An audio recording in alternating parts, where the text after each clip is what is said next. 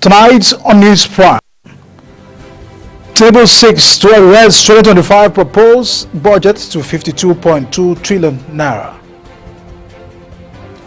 And the business cashew output seen rising on favorable weather. Unfortunately, the White House says 6,000 illegal immigrants deported. On sport tonight, video assistant referee records 13 errors in current season. Hello and welcome to News Prime, your global television coming to you live from the nation's capital, Abuja.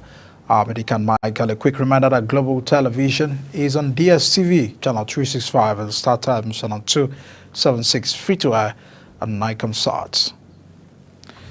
President Bola Tinubu has raised the proposed 2025 budget from 49.7 trillion naira to 54.2 trillion naira, citing additional revenues generated by key government agencies. The president conveyed the budget adjustment in separate letters sent to both the Senate and the House of Representatives, which were read during Wednesday's plenary by the Senate President Godswill Akpabio. Tinubu said the increase was driven by 1.4 trillion naira in additional revenue from the Federal Inland Revenue Service, of 1.2 trillion from the Nigeria Customs Service, and 1.8 trillion naira generated by other government-owned agencies. President Tinubu has approved an increase in the retirement age for doctors and other healthcare workers from 60 to 65 years. National Publicity Secretary and Nigerian Medical Association Dr. Manu Bature made the disclosure in a statement, noting that the Coordinating Minister of Health and Social Welfare, Professor Mohammed Pathe, has been directed to formally present the approval to the Council on Establishment through the Office of the Head of Service for finalization. He noted that Pathe conveyed the policy shift during a high-level meeting with the association's president, Professor Bala Adu, and key stakeholders in the health sector. Now, as controversies swell the purported electricity tariff hike by the federal government, the Nigerian Electricity Regulatory Commission (NERC) has issued regulations on the procedure for tariff reviews. The latest order, signed by the Commissioner's Chairman Sanusi Gabbard, stated that the pursuant to the provisions of the Electricity Act 2023, the regulator is obligated to review and approve a fair tariff to allow licensees to recover prudent costs and a reasonable return on capital invested in the business for the provision of electricity services.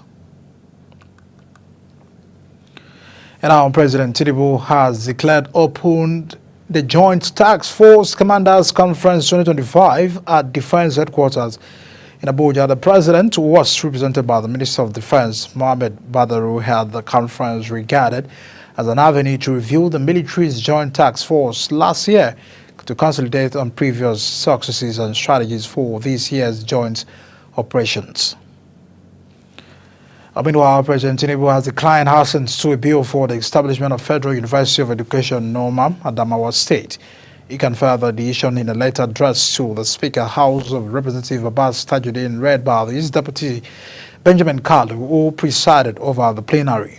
President Tinubu, while explaining his reasons for declining assent to the bill, stated, among others, that Section 22 of the bill accords the authority on the disposal of land to the governor and not the president, as it ought to be by law in respect of land belonging to a federal government entity in the case of universities. Imo State government has vowed to prosecute illegal miners responsible for widespread environmental destruction. The Commissioner for Industry, Mines and Solid Minerals, Ernest Ibejioko, made the declaration during an unscheduled inspection of the affected site in Erete, Owerri West local government area of the state. Our correspondent, Americhi Ibe, was there for us. The stable industrial hub, Irete Industrial Area, now bears the deep scares of unchecked illegal mining. Solid ground turned into hazardous pits filled with water. The land stripped of its natural stability poses a serious risk to surrounding communities. On citing the commission and his team, several illegal miners fled, leaving their tools behind. However, security operatives apprehended 3 suspects. His Excellency, is desirous of reactivating this industrial layout and making it very functional. But right now you can see yourself, they're destroying the environment. Every attempt to stop them has failed. So therefore we'll prosecute these people that own all these machines, and they'll come and reclaim this place. Ibejako stated that the state government will not tolerate the level of environmental destruction, assuring that those responsible will be prosecuted. You can see the extent of damage to the extent that they have created a lake here now. How do we recover this land?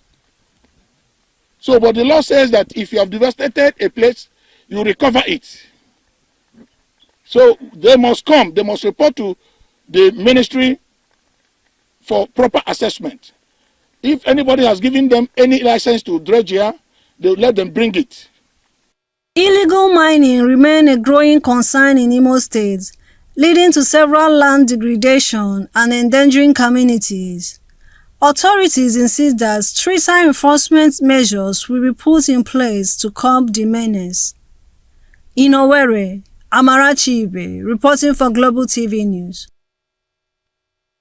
And now the Federal High Court here in Abuja has adjourned till March 18 for ruling in the suit filed by Dangote Refinery and the petrochemicals against the Nigerian Midstream and Downstream Petroleum Regulatory Authority and Nigerian National Petroleum Company Limited and 5 others over the issuance of petroleum import licenses. Justice Ian Eko adjourned the matter to deliver a ruling on the preliminary objection filed by NNPCL challenging the competence of the suit. The Economic and Financial Crimes Commission, EFCC, has arrested 4 officials of the National Nigeria Commission of Nigeria in Abuja over alleged fraud and money laundering. The 4 officials were arrested on Tuesday at the Commission's headquarters located at 901, 902 Zakaria Mabelari Street of Central Business District in Abuja. The operatives left the premises with the spokesperson of the Commission, Fatima Osara, and 3 others. Ebedo State government has signed a memorandum of understanding with the Zebra Crop Bank to address challenges associated with the post-harvest losses. Our correspondent Felicity Ndere reports that the initiative is to provide the needed infrastructure for storage and processing of agro products. Follow up this MOU, we are still going to have technical sessions that will deepen conversation about the engagement between Zebra House and the state government and other agencies of the Ministry of Agriculture. The Memorandum of Understanding between Benue State Government and the private investor is to tackle post-harvest losses by construction of storage and processing facilities for smallholder farmers in farming communities, as well as providing access to market and credit facilities. Director General of Bureau for International Cooperation and Development, Leo Angelio Viashma, explained that the partnership is a product of due process and diligence that aligns with the present administration's policy to adequately manage pre- and post-harvest losses.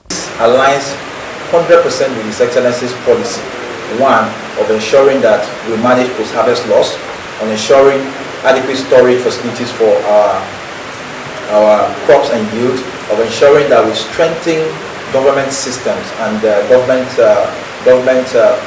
organizations that have to do with agriculture, and ensuring that there's capacity being built for our civil servants and, of course, one of the biggest components of agriculture, which is extension workers. This project deals with all of that. Chief Executive Officer of Zebra Crop Bank, Buffy Okeke Ojodu, said the initiative will be implemented within 5 years. We provide doorstep access to sale, storage services for the farmers, access to credit using the commodities as collateral, and price transparency. And we value add by doing primary processing at no cost to the farmers as well. The Memorandum of Understanding, according to the bank's Chief Executive Officer, is expected to cost over $15 million. In Makudi, Felicity Ndere, reporting for Global TV. Now, Governor Francis Nwefuru of Ebonyi State has urged the people of Amagu village in Kalahar Ishielu local government area of the state to remain calm after a suspected gunman's attack. Wilford made the plea in a statement by his chief press secretary Monday Uzo in Abakaliki. The governor, while condemning the attack, described it as a flagrant disregard to the sanctity of human life. It was reported that the attack led to the death of 10 persons and destruction of houses and other property worth millions of naira. You're watching the live broadcast of News Prime on Global Television, coming to you live from the nation's capital, Abuja. When News Prime returns, cashew output seen rising on favorable weather. We shall bring you the details as well as foreign sports stories right after this break. Please stay with us.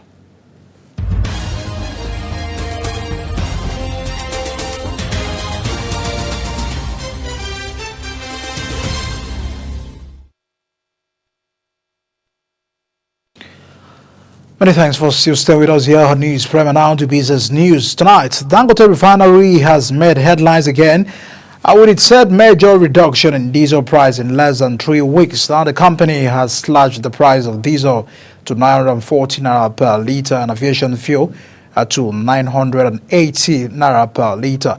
A news crew went to town to get reactions of Nigerians to this development. Dangote Petroleum has made headlines again with its third major reduction in diesel price in less than 3 weeks. The company has slashed the price of diesel to 940 naira per litre and aviation fuel to 980 naira per litre. It is on this premise that we took to the street to gather reactions from Nigerians on this latest development. God have blessed us, but what are we getting from it? The government, are they helping? Let's say they are helping, but we're supposed to have the refinery from our own government so that the government-owned people will say, even the time will come that people will say, okay, Dangote's own is expensive. Let me buy a $10 only for $10 house. Adeleke house, Adeleke own is more cheaper. Even his own is not even burning faster. His own is better. When we have so many PMS in the society, everybody will decide on which one to go for. And honestly, I wouldn't know whether they have affected it for their meter. These so-called retailers. But it's a good development. Yeah, as at yesterday, the day before yesterday, the one I bought 990 something naira, the price was a little bit down, so it's a bit economical to me. But hopefully, we are still looking at the government. If they can still come back to the price of 600 naira, that will sound better for us. In terms of, we want anything to affect our food, like food price. I want the food price to be reduced so that everything can be normalized in this country. It's when I see it, the reality, then I really believe. And if actually it's true, definitely it's going to be there will be a serious relief to the common man. Nigerians need this. Fuel increase, everything about fuel affects the economy very well. Anytime there is a fuel hike, it affects transportation. It also affects the cost of living.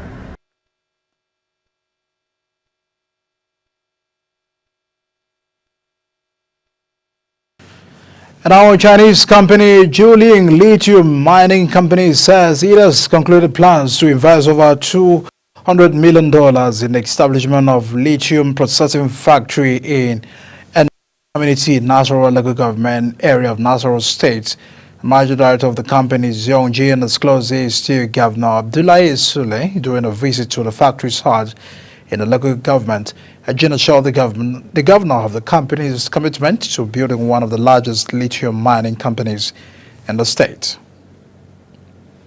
The federal government has disclosed that motorists plying the Abuja-Kefi Akwanga Makodi Highway will now pay tolls ranging from 500 naira for salon cars to 1,600 naira for multi-axle vehicles. Another Minister of Works, Senator David Umahi, said during the official inauguration of the new tolling regime at the Garuku toll station, Nasarawa State, that funds generated from the venture will be used for the maintenance of the federal roads nationwide. And Nigeria's cashew output for the 2024-2025 season is expected to rise by at least 5% on the favorable weather conditions, the National Cashew Association of Nigeria said farmers linked the increase in production to quality fruiting of cashew trees observed across major producing states in the country. President of the National Cashew Association of Nigeria, Ojo Ayaka Onku, says that the weather condition has been favorable owing to the mild harmattan that will help to reduce the level of heat during the storage. And I'll move to the foreign scene. As senior White House officials have told newsmen that since President Donald Trump took office, nearly 6,000 illegal immigrants have been deported. At these averages, about 370 to 400 deportations per day. On Monday alone, U.S. Immigration and Customs Enforcement deported 512 individuals and arrested 715 people with outstanding immigration violations. Of those arrested, 73% had criminal convictions or pending charges, including serious offenses like homicide, sexual crimes, and drug trafficking. South Africa's President Cyril Ramaphosa has moved to diffuse the row with the new U.S. administration over a new land law by speaking to Elon Musk. Elon Musk is a close advisor to U.S. President Donald Trump, who on Sunday threatened to cut all future funding to South Africa over allegations that it was confiscating land and treating certain classes of people very badly. The South Africa-born tech billionaire joined in the criticism, asking on X why Ramaphosa had what he called openly racist ownership laws. Belgian police are looking for armed men after a shooting was reported outside the metro station in the center of Brussels. An CCTV footage broadcast by local media shows at least 2 men wearing the balaclavas and carrying weapons at the entrance of their station in the Belgian capital, Halle. Another video from the scene shows an exchange of fire at about 6:15 local time. Now in sport news, Kwara State Governor Abdul Rahman Abdullah Razak has officially handed over Campe Games Reserve National Park to the federal government. The governor did in handover at the inauguration of the steering committee for transfer of reserve located in Pathogi local government area of the state. And now more on the world of sports. We now move our attention to the race of the news. Nigeria will slug it out with the bronze medal winners China in our opening Group B game at the FIBA Under-19 Women's World Cup 2025 in Czech Republic in July.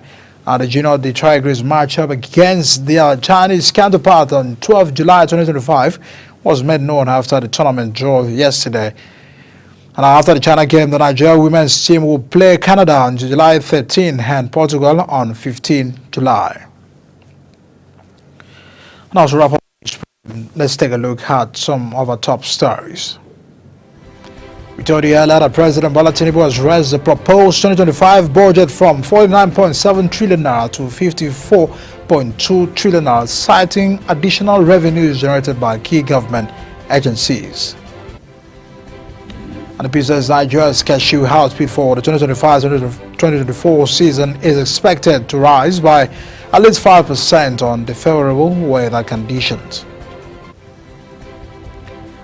We told you on the foreign scene, as senior White House officials have told newsmen that since President Donald Trump took office, nearly 6,000 illegal immigrants have been deported.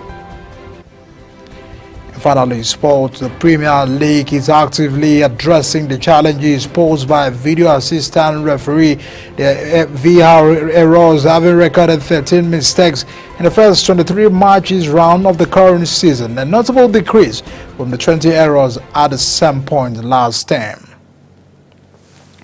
And that's a package here on News Prime, coming to you live from the nation's capital, Abuja. A quick reminder that we are on DSTV channel 365 and Start Time channel 2763 to and I can say follow us on all social media platform at Global TV NG. On behalf of the entire production team, we say thank you for joining us on News Prime. My name is Adika Michael. See you again.